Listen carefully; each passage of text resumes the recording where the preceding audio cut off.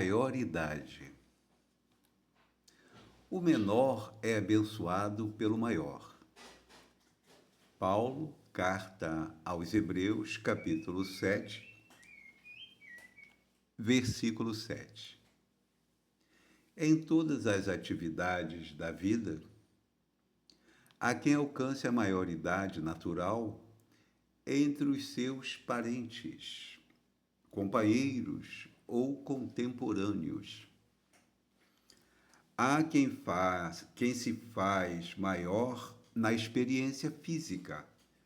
Há quem se faz maior na experiência física, no conhecimento, na virtude ou na competência. De modo geral, contudo, aquele que se vê guindado a qualquer nível de superioridade costuma valer-se da situação para esquecer seu débito para com o espírito comum. Muitas vezes, quem atinge a maioridade financeira torna-se avarento.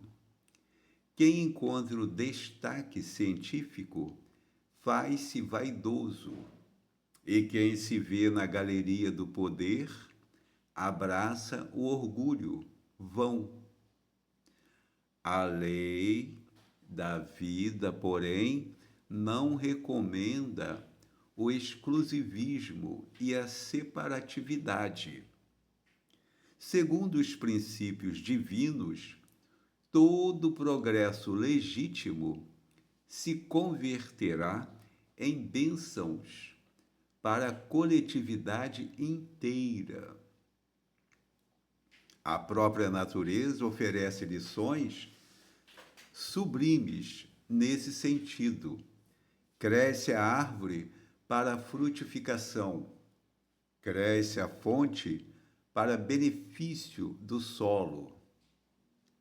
Se cresceste em experiência ou em elevação de qualquer espécie, lembra-te da comunhão fraternal com todos.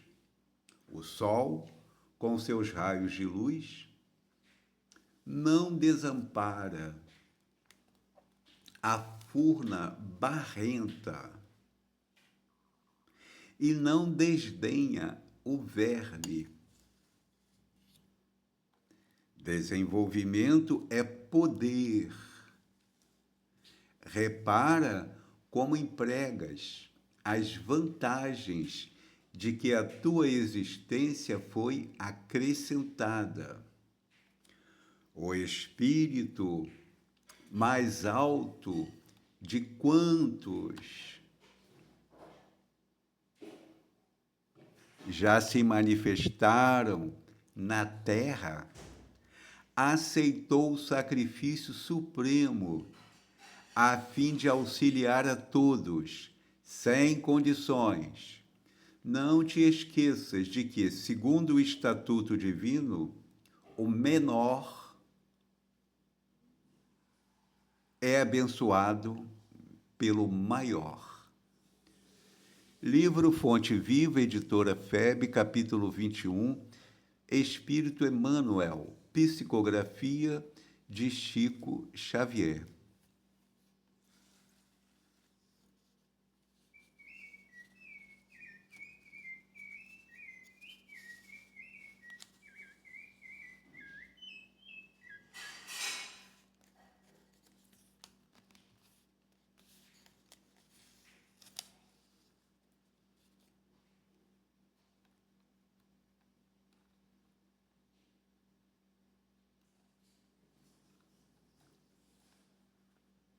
O Espírito Emmanuel chama a nossa atenção em todas as atividades da vida, a quem alcance a maioridade natural, entre os seus parentes, companheiros ou contemporâneos, a quem se faz maior na experiência física, no conhecimento, na virtude ou na competência. De modo geral, contudo, aquele que se vê guindado a qualquer nível de superioridade costuma valer-se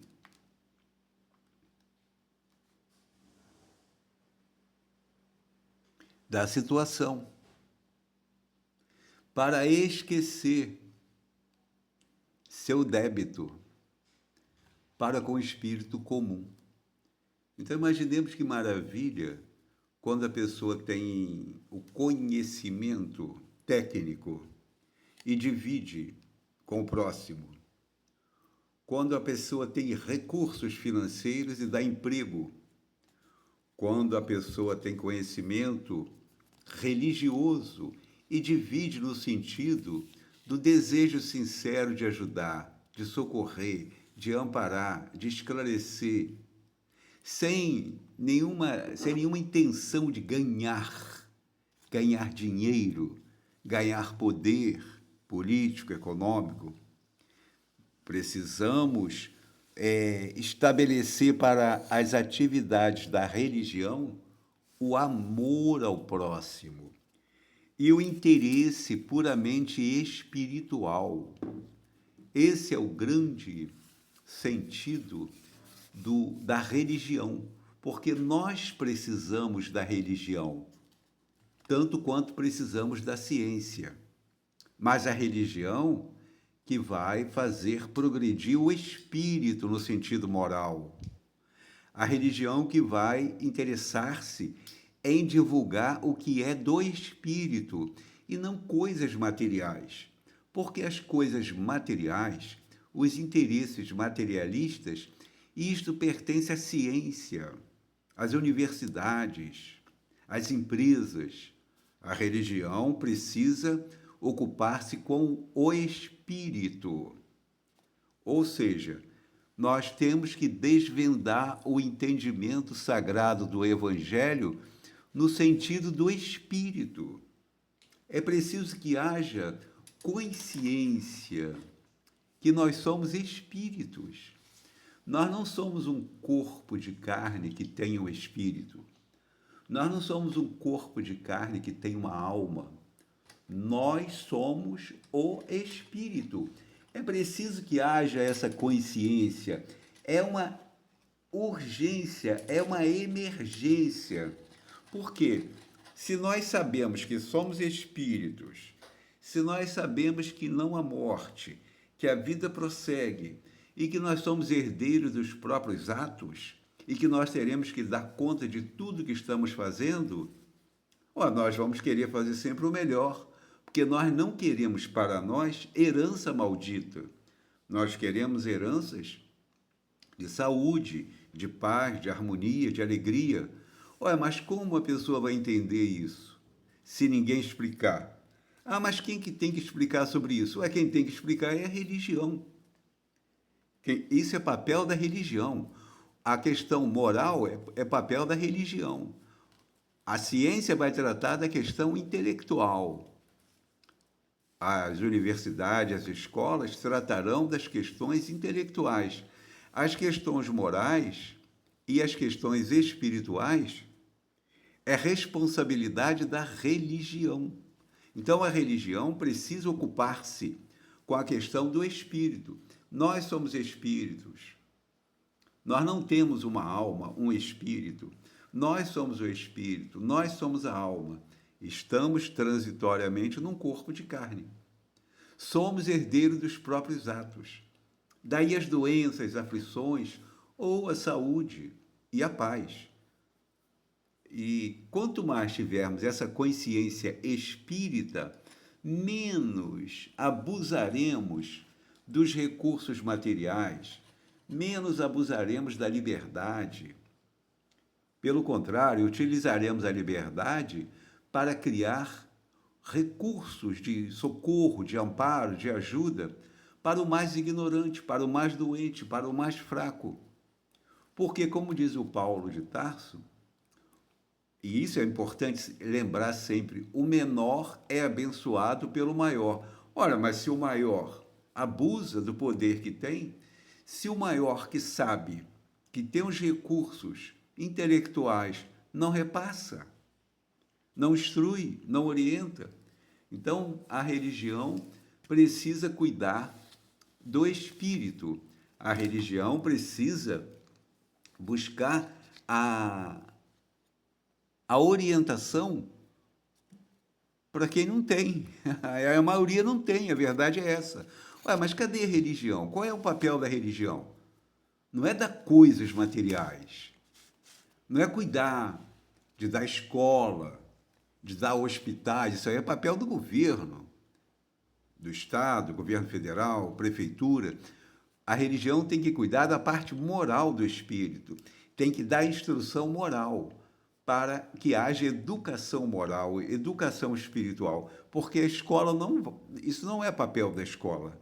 A parte moral é papel da religião e das famílias. Ora, mas se as famílias não têm orientação moral para repassar, como repassar? O que vai repassar?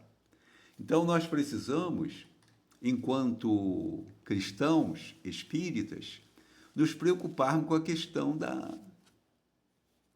da orientação espiritual, da orientação moral. Nós precisamos nos interessar cada vez mais pelas questões morais. Nós precisamos cada vez mais buscar o interesse espiritual e cuidar da área dos sentimentos. Nós precisamos entender isso quanto antes. Não temos mais tempo a perder. O menor terá que ser abençoado pelo maior, mas no sentido moral, no sentido material, no sentido espiritual, em todos os sentidos. E nós não podemos esconder o que já sabemos. Nós temos que dividir e temos que multiplicar os recursos de amor, de bondade, de caridade, de paciência, de tolerância, exatamente seguindo o que Jesus ensina no mandamento maior, que é o amai-vos uns aos outros. Se nós não priorizarmos o amai-vos, aí o ódio predomina, a violência, a ignorância. É o amor que vai dividir, é o amor que vai socorrer, é o amor que irá amparar da criança ao velho, para que haja fraternidade, para que haja paz, para que haja harmonia.